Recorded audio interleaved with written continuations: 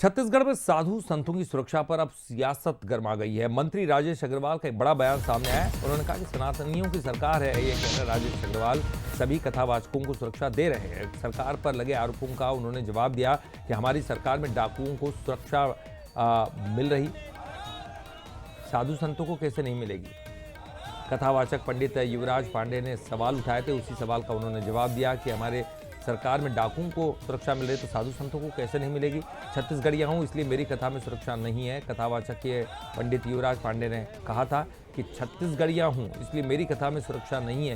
ये सवाल उठाया, उस पर ही मंत्री जी ने जवाब दिया।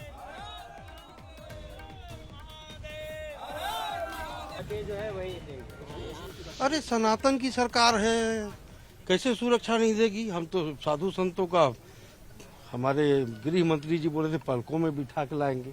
कौन साधु संत है जिसको हम तो डाकुओं को सुरक्षित देते, तो साधु संत है इनको तो। का एक बयान सामने आया और उन्होंने कहा है कि कुछ कथावाचक को तो मंत्री लेने जाते हैं, जहां सुरक्षा दी जानी चाहिए वहां नहीं मिल रही है।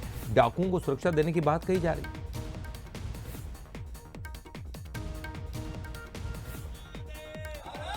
तो देखिए, पंडित जी ने सवाल उठाए थे। उन्होंने कहा था कि मैं छत्तीसगढ़िया हूं इसलिए शायद मुझे सुरक्षा नहीं मिल रही है, लेकिन उस पर फिर मंत्री जी ने जवाब दिया कि हम डाकुओं को सुरक्षा दे रहे हैं तो संतों को तो सुरक्षा देंगे ही देंगे। और इसके बाद अब कांग्रेस ने भी इस पर बयान दिया है। टीएस सिंहदेव साहब का एक बयान सामने आया। उन्होंने कहा कि जहां सुरक्षा दी जानी चाहिए वहां नहीं मिल रही है, डाकुओं को सुरक्षा दी जाए।